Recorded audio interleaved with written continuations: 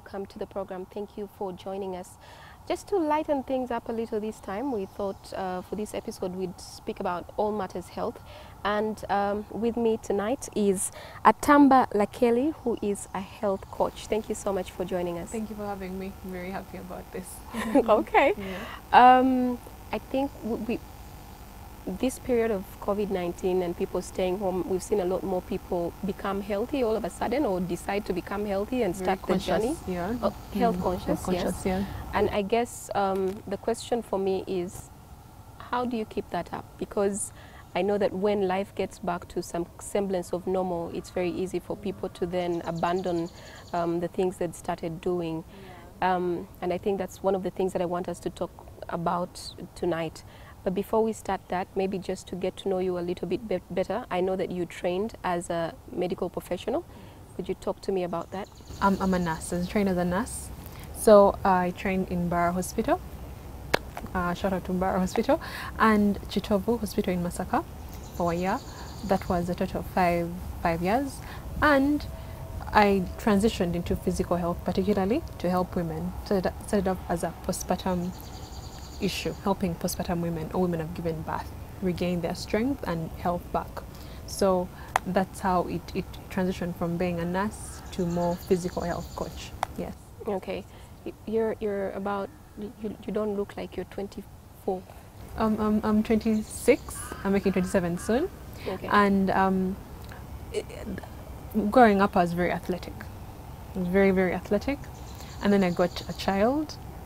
Sort of went down a bit. You have a child? Yes, I do have a child. You don't? He's two, Okay. He's 2.5 now. Wow. So I wanted, seeing patients in that emergency state of like diabetes, toes being cut off, things like that.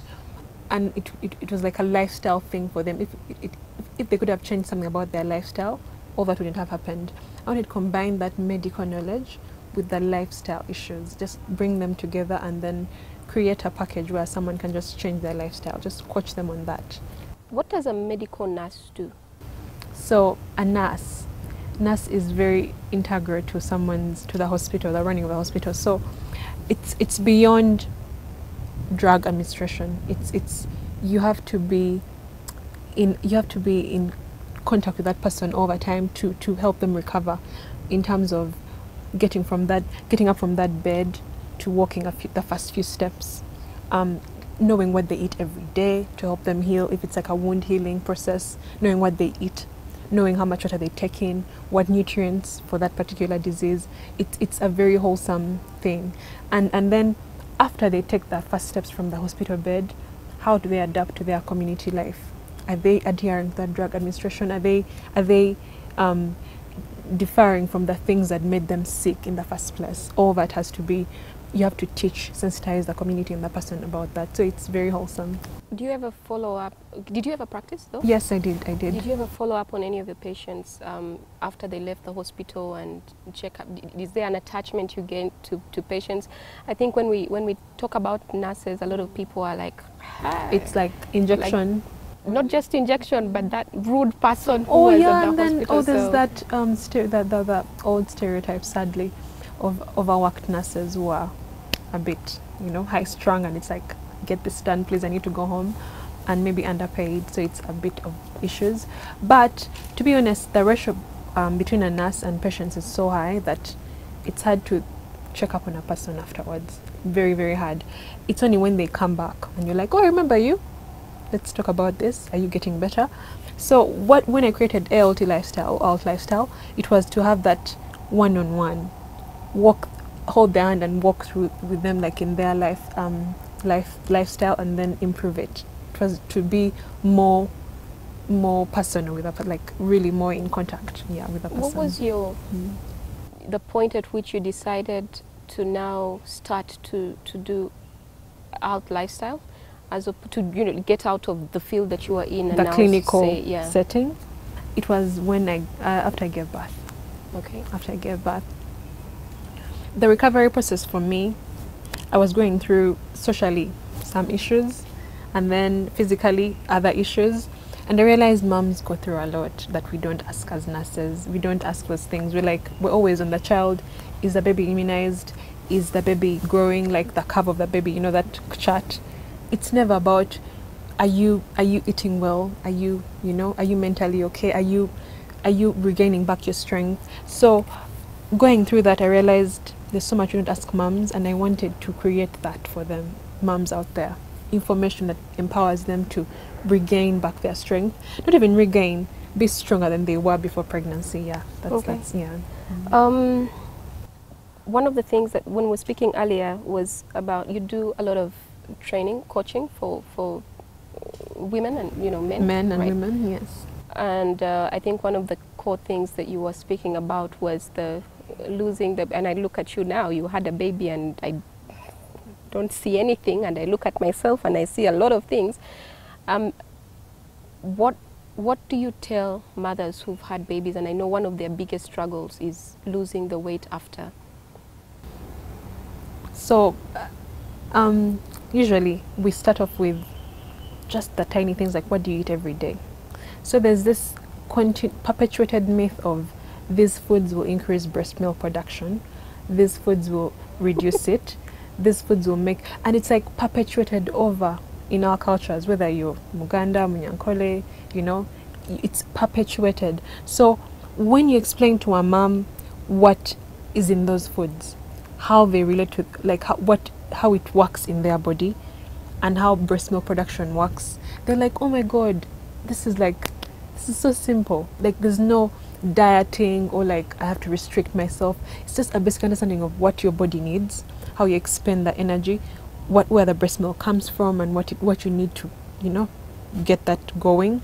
And all that together creates this woman who, like, at each child, after every child, they know what to do, and they're aware of what is in it, each nutrient. They know what it's doing, and it's amazing seeing them, that light bulb moment when we discuss the nutrition with them. Yes. What do you tell a mother who's had a baby, and all of the comments that you're getting all the time are, did the baby come out yet, or are you still pregnant, or? My worst, why did you let yourself go?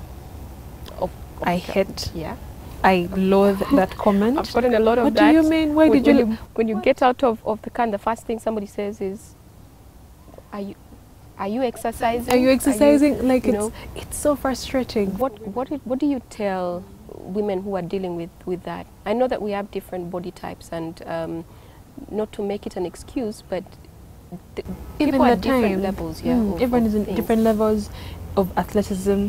Before they got pregnant, they had different fitness levels and different knowledge of what to do, different guidance, very different time, because people are working like beyond the home. Some people have work outside the home. Some people have like multiple children and they have a lot of work in the home. So it's about them learning just the basics they need, not overwhelming them with this knowledge of like, when you eat rice, it's bad for you, you'll gain weight. All these tidbits of things like, if you take okra, you cut the tummy weight. No, I want like a more comprehensive understanding of what they're eating, then teaching them what exactly it's doing to them. Like it's for example, just an example, to explain to someone that your body composition is what makes you, healthy or not, like muscle over fat. For them to understand that muscle is what is working or metabolizing your food, that changes their perspective on training a lot, because they understand muscle is what's going to use up the food I'm eating. If I don't have muscle, however much I diet, I'll always remain with that weight. So the moment I increase my muscle, I'm good to go for the rest of my life. So they start saying, what will increase my muscle? How do I try to increase my muscle? And then they just sort of gradually learn to do that. So it's about, I found that adherence becomes better when they understand the background knowledge. Yes. Okay. And it's not that medical personnel hoards that information, it's that there's no time to tell each patient this is what is in your food. Yeah, there's no time. So we don't. So you guys have all this information, but one reason to be nicer is for people to be nicer to nurses is that they have the information. They do, but they're too busy. We do chat. There's like charts of like nutrition when you're first in school, an entire chart of what the patient will eat, how much water, how much like fluids they should take, wound healing, how much food they should eat to heal those wounds. It's like a lot you have to learn to know, yeah, your patient. Yeah. Right. What does good feeding look like on a normal day for, anybody, regardless of whether you're a new mother or whatever? What does good feeding look like? Okay. One thing to remember, food is fuel. Food is fuel for your body. So the moment you eat it, give your body a way to expend that fuel. That's the first thing. Most of us are seated. The moment you eat, always find a way for the body to expend that food. Because it's fuel. So I should eat and then walk away and just take a walk or jog or something. And it doesn't have to be immediate, like, it's just those little things you do during the day that help you expend energy. Taking the stairs, walking to work, then the exercise itself. But it's those things that make you active all day. So, good feeding, it has to be balanced. You can't cut out food groups and say, I'm on a diet, so I'm going to cut out this entire large food group to lose weight. You can't cut out food groups because they're all essential to your body. So it has to be I know balance sound like those things we used to say in school, balanced diet, but it has to have every nutrient. It has to have some protein, some carbohydrates, some healthy fat. You need fat. Fat has been demonized, but you need fat in your body for your hormones. And then the micronutrients, the vitamins and minerals, it has to be balanced. That's the one thing. Then it has to be consistent. You don't eat like at 5 a.m., then again like at 7. Then at night, at midnight, be consistent. Like be consistent with your eating. And if you're like fasting, have a fasting period and then eat properly in your window of eating. So it's consistent, balanced, but most importantly, find a way to use your food in your body through activity. Yes. When I know that there are a lot of diets that people use, and these are diets that tell you don't eat within this period. So it's sort of like you're fasting within a specific period, and then you eat. Intermittent fasting. Yeah. I don't know the names. Yes. Yeah. Those are. So diets come in like fads. They're like popular in a period. So like keto diet is very popular now. Intermittent fasting is very popular. A few years back, the pescatarian diet was very popular. It's in that time what is being pushed by nutritionists to sell, because we're selling something, we want clients. But to understand food better, you need to know the entire background of food in terms of each nutrient, like understand carbohydrates, how they work, how protein works, how fats work, and then you decide for yourself, do I need this diet the way it is? Because you can't take on a diet depending on someone's results. That is the most faulty thing. You see a before and after, you're like, what was that diet? You scroll to the comments, keto, I'm doing keto diet. No, you can't. It's not. You go research. If you don't see a nutritionist, it's okay. Research the information about each nutrient and adapt to something that works for you and your body type. Yeah. But then there's of course the underlying issues with everybody's body. So people have different bodies and different ailments that plague them. So they can't. What works for you might not work for me. One other person. Yeah. And we have people, rather than understanding food first, they go through these phases of blood group diets. Have you seen those? Like if I'm blood group O, I can't eat meat. I don't really know so much about that. They're becoming so common. If I'm blood group diets, if I'm this, like I can't eat this, I'm this. It's like those little tiny things that are released on the internet, and then people stick to them and they're like, me, I'm gluten free. But then they're not allergic to gluten. Gluten doesn't make you fat. It's the refined flour. So it's like everyone gets this little tiny segment of the internet about something, then they apply it to their lives. I don't eat past 9. But then before 9 you're eating pizza. You get like, it doesn't, you get those little tiny things, and you're like, me, I am this. Or I intermittent fast. Then after fasting, you're the first to go and take a soda. So if people could understand food better, I don't know how to emphasize this, but if people could get this food knowledge, it's so much better to apply that after you understand it, without these little things we get, off the internet. Yeah. All right. All right, thank you. Let's take a short break and we'll be right back and continue with this conversation.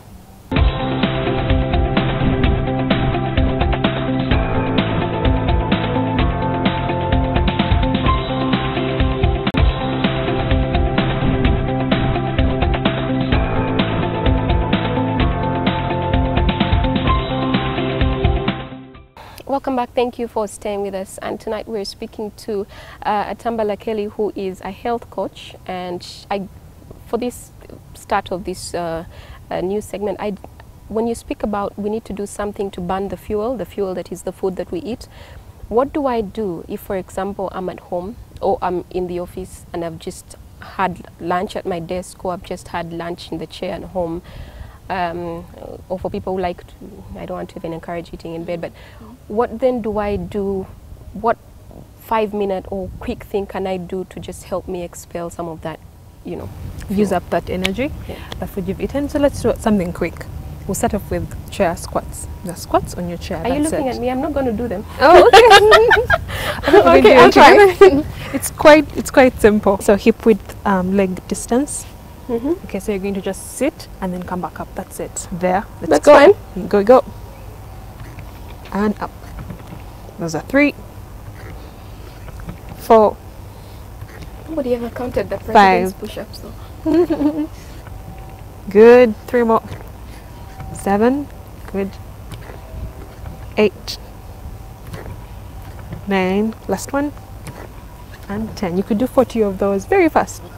If I do 40 of these by my desk, what else can I do? If simple. We're going to do these ones next. So you're just seated. We're going to do leg extensions. lifts, Yeah. then Good.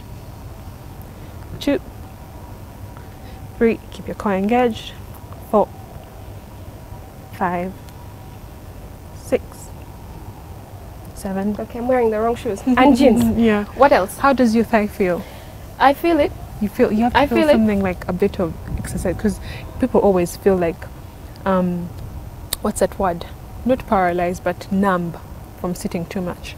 So things you can do to keep, active. Okay. So let's do something for your arms. So let's go all the way down. That's it, and up. Good. Good. And how many of these do I do? Like 40, 10. We're not doing 40 today, are we? No. 4 more. 2 and 1. Very good. Okay. So it's different things you can do around your chair. Just stretch your neck from your laptop. Do shoulder shrugs. Make sure you are always moving your joints from these tiny ones to these ones to these ones to the shoulder ones. Just keep that motion going.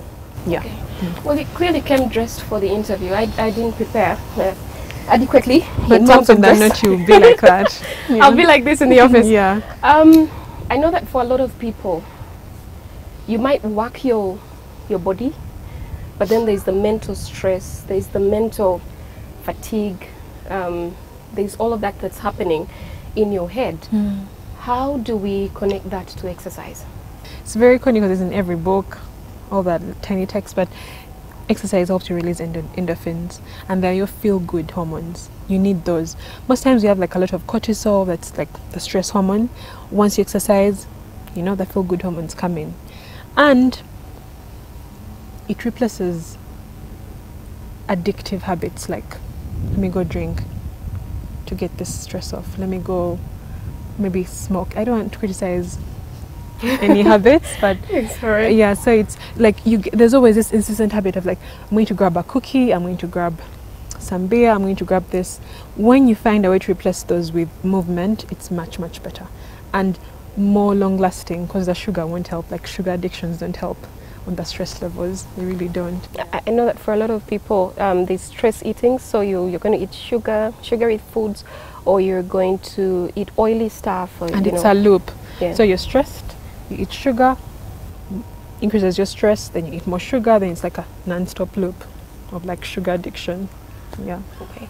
I was telling a friend of mine that what I've learned to now do, especially during this period when the luxury of a car, boda or a taxi has been taken away, it's been walking. And so I walk home or walk to work, and during that period I am sort of releasing a lot of stress, but also being able to just walk and see all of the things around you that are happening. You discover so much. It takes your mind off the things that have been we get like tunnel vision when we are working. It's like the problems at work the problems with your project, the problems with everything, just sort of there. When you get to see outside the other things in life, other people's stories, it's better than, you know, that thing you get when you're at work and it's stress, yeah. So that thing you do when you're walking and you see flowers. I know this thing, most people are going to roll their eyes, I know, but it's flowers, I've been rolling my eyes. but leaves, like just the wind, it's really much better than, you know, going in a car. You go home, then come in a car, go straight to your laptop, and then more problems, reports and things like that. Emails. Yeah, emails, yeah. I know that you have a story in regard to your own mental health and your own ability to cope. Do you want to share that with us? I'd love to. So for me, I struggle with apathy mixed a bit with depression. I don't want to say... Break down apathy for any of the people watching who might relate. Yeah, so apathy is like a flat affect. So there's like complete disinterest in life. Like you just lack, you lack interest in the things you used to like: food, drink, friends. Just, you know how you're involved in life. You have friends. When you have an argument, you're arguing. When you're really happy, you call them and I'm happy. It's like you're detached from all that. You're just feeling flat. Yeah. So I struggle a lot with that because when the depression comes in, the apathy too, it's all like, I don't want to get out of bed. I don't want to do anything. I just don't, I just want to be alone. Yeah. So that, I went through a 3-month period of struggle of being in the house alone, doing, you know, nothing. And it's what helps me go through that most times, it's the fact that even as I'm going through that, at least physically I'm healthy. It won't make sense to most people, but when you are mentally struggling and then you add on a very unhealthy body, it's synergistic. Synergistic sounds wrong. It's double negative. What's a double negative? Compounds the issue. Yeah, they sort of help each other grow. Yeah, one thing enables the other. Yes, that's it exactly. So when you at the pits of like a really bad mood, and you've conditioned your body to be active, it has a muscle memory, you will try to do something. At least, even though it takes you a week, you wake up and do some movement, because there's that, your body is muscle and it's used to that sort of movement, and it has really helped me a lot. So for me, it was the struggle of, at the time, I'd just given birth, then a breakup, and then right after my little brother dying, and yeah, so it was a very, very big blow to my family and I had like 3 months of struggling, and honestly, the working out helped a lot. What happened with your brother? Okay. I'm really sorry about that. I hope it's something that you're comfortable speaking about. So my brother had the same issues with me as I do, apathy, and he just sort of decided he wasn't interested in life anymore. He just said, nope, I don't have anything to do here. So he was a bright student, quite the, you know, Dean's List, good student, perfect, nothing like unhappy or anything like that, just a lack of interest in life, totally. He didn't see, you know, the thing we ask ourselves of, what's the point to life? You always find your own point. For him, there was no point, so he decided to end it himself. And it was a struggle. It was really a big blow to us, yeah. But we understood him because we know ourselves, that's how we are. We're quite liberal in our thinking. We look for the point in life and read books and things like that. But yeah, that's what happened. It was a very, very big blow. And I think the reason why I wanted you to talk about it, why I hoped you would talk about it, is because I think a lot of people don't think mental health is an issue. They just think if you can't handle these streets, go home or something like that. It's too hot in the kitchen, leave. Yeah, and I just think that maybe hearing stories like that of what can actually happen if you don't pay attention to your mental health, it can be disastrous. How did you guys cope? You spoke about exercise, but you had a period where even that was not an option. So I have a child, so there's always that string of attachment to reality when you have a child. It's like you don't sleep. You know, when you sleep and you're like half awake because you have to hear the child. Like, is the child breathing? Yes, yes. So when you have a child, there's always that you can't go too far into yourself that you forget your child. So that sort of helped me remain sort of in reality. But I know for some people that doesn't work too. Yeah. When they're depressed after giving birth, they even start hating the child and the responsibility connected to the child. So for me, it was that was your lifeline. My lifeline was the child and my responsibility to that child. But more than that, I had a supportive family. I had so my dad doesn't know. My dad doesn't know. But like, well, now he knows. Now he knows. Now he knows. Now he knows. Yeah, he's going to cry. But I had my like who the person I co-parent with understands that I go through those spells throughout the year, and his family, my sisters. So them knowing I go through, I have a period of time where it just hits me.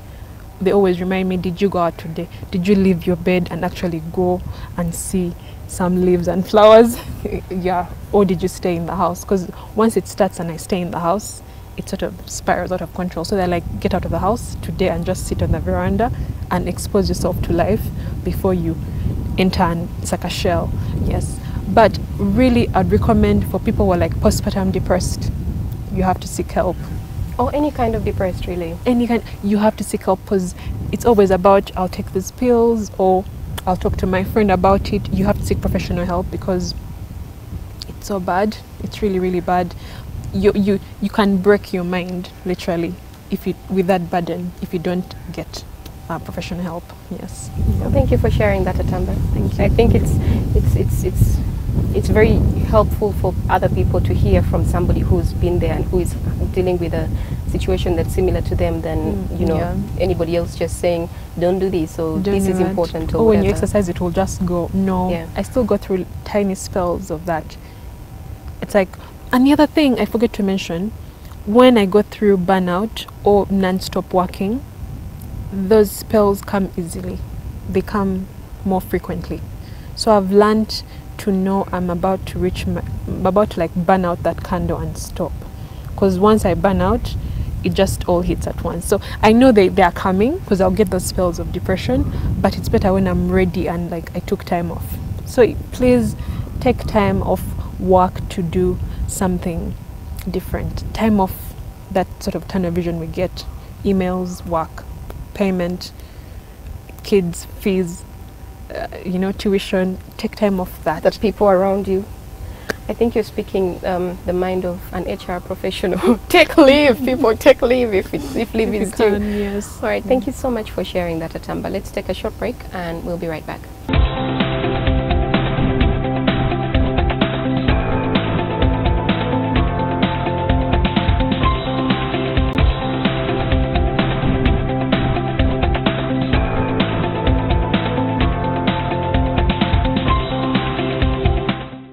Welcome back. Thank you for staying with us. And I mean, that last segment we had was a real segment.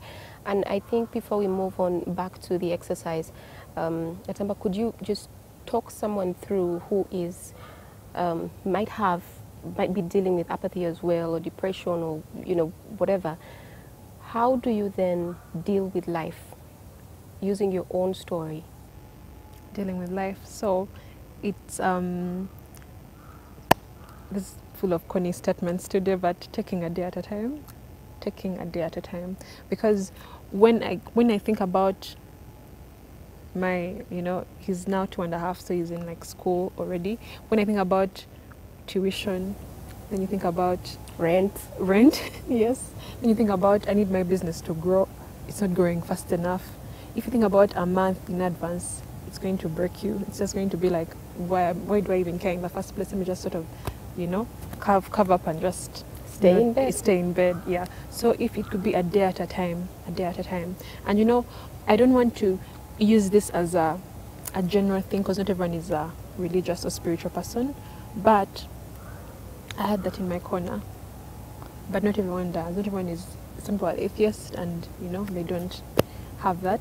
But if you could have something you hold on to, if it's spiritual, well and good. If you're an atheist, I would recommend distractions. So distractions don't come in like, oh, a butterfly. They come in like, what music do you like? It sounds so mundane, but like art is really a good distraction. I mean, I'm not atheist, but music works for me, and you know, I can't draw, but music really works for me. Yeah. So for my just to bring back my brother, well, he struggled through it. We talk about distractions a lot. So he would be like, always, he liked drawing. He was a very good artist. He was 22. He was a very good artist.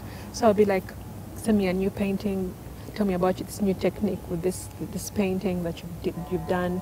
There's this new painter out here, and those tiny little distractions every day just sort of pulled his mind out of that. They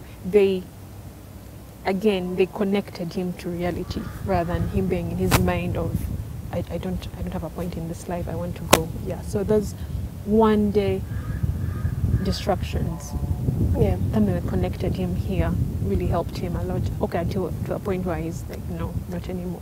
Yes. Do you ever blame yourself or think maybe I didn't do as much as I should have? Did you ever? I blame myself for encouraging, I didn't encourage, but for allowing his brain to go that way. It doesn't make sense. His mind, because we're all the same, we have those thoughts. We go through spells of atheism and then research different religions to see the point in life. So we allowed that, his mind, to sort of be his own mind. Yeah, we didn't say this is bad. We like find out for yourself and then decide. That's not really how new. It's a bit, because you would send you paragraphs of information of how there's no point to life. We just perpetuate it because of like evolution and things like that. And it would be like really good points. Then we're like, let's discuss them. You know. So a bit of myself blames me for that, because we gave him room to think about it like that. But other than that, no, I don't, because I know we are a bit alike. Yes, but other than that, I don't. Did you ever seek professional help to help you through? Sadly, I didn't. But it's I don't know why I fear the expenses. I have, because they're real. They're real. Mm-hmm. Yeah. So I have my social media pages are not about just fitness. They're about general health. So we do like months of diabetes, months of hypertension, a month of mental health. Each month, something, a topic.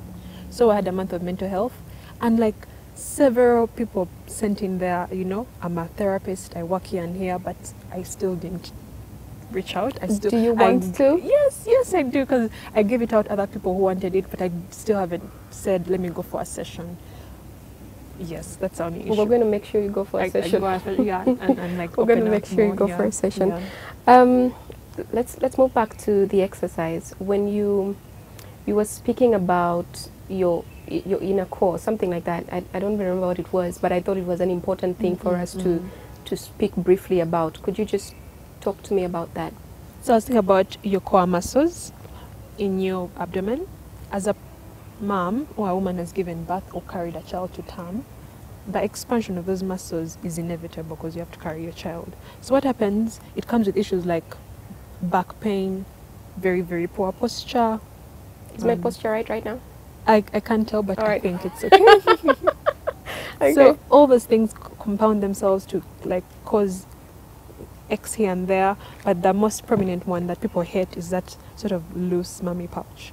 So that what I was talking about was how to bring back those muscles, make them firm again, just sort of retrain that muscle to come back again after each pregnancy. Not like I'm going to have 4 kids and then train at once, after each pregnancy, how to sort of bring them back together, what muscles to work on before you go and do sit-ups and all that. Just simple things you can do to keep those muscles sort of, firm again.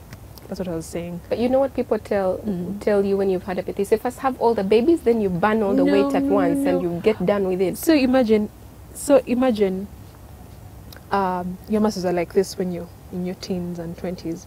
When you get pregnant, 2 children, 3, you get like, if after every child you go back to normal, by the time you're done with your 4th, it's like this. you get. But for most women, like by 5 children, you get like. Because they didn't do anything about it. All right, give me an exercise for that. It's quite simple. Just as you're seated, pull these muscles. Am I allowed to say the word groin? Yeah. Next to your groin area, pull them towards your spine, and that's it. Just hold What that. they call those exercises? Core breathing exercises or diaphragmatic exercises. There are very many words. But when you pull these muscles towards your spine, are you feeling a strain here? There's like a rubber band I wasn't, but okay. of muscle. Of muscle. Like pull them so much that you feel a strain here. Yeah. Okay? And by the way, it forces you to sit up. Yeah, but there's a difference between that and pulling your stomach in. Very big difference, because you must pull the one up here, but if you could pull the ones low and then just pull them in, Yeah. and you feel it in your back too, because Yeah. you're like upright. Yeah. Sort of feel like a bit of heat coming on. Okay. All right. The longer you hold that, the better. If you could do it for a whole day, I'd be happy. But start with like 5 seconds, A whole 10. day? I promise. Like the whole day I'm just sitting like that? And that, you know, the shape comes back. That pre. All right, if you Yeah. say so. Mhm. I was wondering what you were doing with yourself during COVID-19 and the lockdown. How are you keeping busy? How does your business go on? I mean, you can't really meet clients now Yes. face to face and come and work out with them. So what are you doing? So I was very lucky to meet you guys during just the start of COVID. Very, very lucky. Okay, I'm sorry, I didn't even introduce you that way. Atamba is a Fit in 5 morning instructor, morning at NTV, and she's there very early in the morning taking us through Different exercises in the morning. Yes. So I was very lucky in that I found you guys just when COVID had begun and people want those exercises, so I was happy to provide those. I've been quite busy with those. But in regards to my business, it's been Zoom, everything Zoom consultations. So it's in the comfort of your home. We do a Zoom consultation. Tell me about your food, your exercises, what your body needs, your physical health goals, and we discuss all that. And then it's a very simple, takes 1 to 2 hours, and that's been what has been really available right now. And the most common have been Zoom fitness classes now. Yeah. So I'm on this side of the screen, you're on that side of the screen, And I'm we're just working screaming out. at you. Yeah. And you're telling me what to do, Yeah, but you yes. have to know my body, right? And That's the initial consultation. okay. All the details, any medications, what food you're eating, your goals. We have to do that first initial consultation and then make a plan for your body, just your body. What has this period taught you? You as a person, but you also as a fitness instructor. We relied a lot on gyms and machinery. You can do so much with your body. Your mat, you yourself, just you and your body weight, you can do so much to change your body if you start early. It's always about, I need, those curling. I mean, Is it really that we need those things, or we need the company around us Around and people us. just making us feel like, yeah, oh, I'm doing I'm better this. than that person, I can do this. So Those things help in terms of like weights and giving you extra weight to, train your muscle. But if you can't handle your own muscle in a push-up, why are you then lifting 5 to do bicep curls? Like you can't even you can at least try and handle your own weight as it is into a push-up before you go like, I'm going to carry 10 and do bicep curls and grow my biceps. Like you can do something with you, yourself and your body with a little space in your house and do something. And it has taught me that we can, myself as a brand, you can reach out to people through other avenues that don't have to be the traditional ways. yeah. So you can, it's okay to get your own YouTube, get your own Instagram, get your own Twitter. And You practiced as a nurse for a while. Yes. And did you feel any guilt during this period when the nurses were at the forefront and the doctors, and you're thinking, did you ever have that? I don't know if it's selfish, but no, because I was what I believe, what I really actually not believe, what I think is the truth. What I'm doing now, it's helping people. It's helping people a lot. It doesn't sound like I'm blowing my own. No, it yeah, doesn't. it really, really does. And even help. if it did, it's all right. It's helping people so much because there's so much misinformation about immunity, what foods to eat, what power foods are there. Like, let me grab this cucumber, it's going to miraculously just somehow increase my immune system or something like that. bringing that comprehensive knowledge to people has empowered them so much that I really don't regret it. I really don't. Yeah. What's been your biggest success story since you started the business? She'll be fine with it because she's quite vocal about it. I'm working with a polycystic ovarian syndrome patient, and their weight just sort of. What's that? First explain. It's sort of it's when you have a hormonal imbalance due to some cysts on your ovary, so their weight just sort of sticks to them. It's like you eat a chocolate immediately, and they have other issues like facial hair. Other issues are very complicated, but teaching her how to eat without starving herself, training. She's so happy, like watching her in the morning, dressing up in new clothes. She's just so happy, and I just be like, oh, please go, just go. And she was like afraid to like sort of be out there like dead, and now you see her with like people, and she's dead, and it's just very rewarding. Yes, that's. But everyone has that tiny story about them, because I had a diastasis recti patient. Seeing how wear new dresses without that sort of hanging loose muscles, she calls in like, I'm very happy. Even things like my bowel movement has improved. I no longer have like constant constipation all the time. Small things, they make me happy. Right. So when you spoke about helping this one person with the bowel movements, I know a lot of people struggle with hemorrhoids. They're called hemorrhoids? Hemorrhoids, yeah. Yeah, and I know that's related really to your bowel movement as well. And does exercise come into play at that point? Is it about hydration? Is it about feeding? Sometimes, okay, when you're pregnant, you get hemorrhoids when you're seated all the time, and there's like that lack of movement, and it's sort of those little things, I don't call them polyps, but the round nodules grow because of that not pressure, like you're just always seated on your butt all the time, and then they grow and swell. So sometimes we'll get them not really from constipation, but from a lack of movement. Your gut is like, how do I say, it's ever in motion, and when you move, that movement, your muscle movement, adds on to the gut movement even more. So active people, that's where the bowel movement becomes easier. Once you start exercising, the gut keeps being pressed, and food, whatever needs to come out, comes out easily. When you always sit it all the time, it will come out, because the gut has to come out because of that peristalsis, but it will be harder because you're just an inactive person. So people with hemorrhoids, really, beyond telling them get hemorrhoid cream and like soften the stool and then do like eat bananas non-stop, just change your entire diet. Cut out the packed processed goods, increase the water intake, increase your vegetable intake, eat a balanced diet, start exercising, and all that really helps.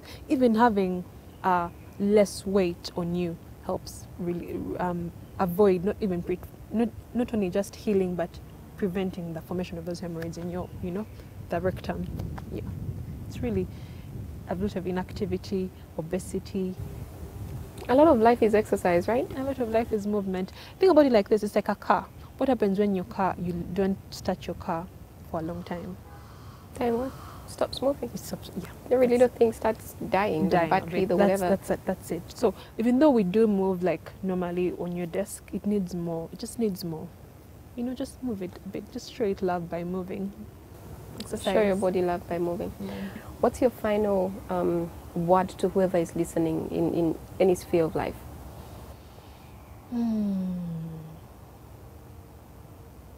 I would say, okay, the biggest thing people tell me is life is short, enjoy it now. When I say try and live healthier, that's their comeback. But I would say you can do both. You can live a long, healthy life. So it's easier to say, instead of like, I'm going to get to 40, and then the daughter will be like, ban salt, ban sugar, ban oil, ban everything from your life that you derive joy from. Rather than reach to a point where all that is banned from your life at once, why don't you enjoy it in moderation now, so that you can enjoy it in moderation too, even though you're 60.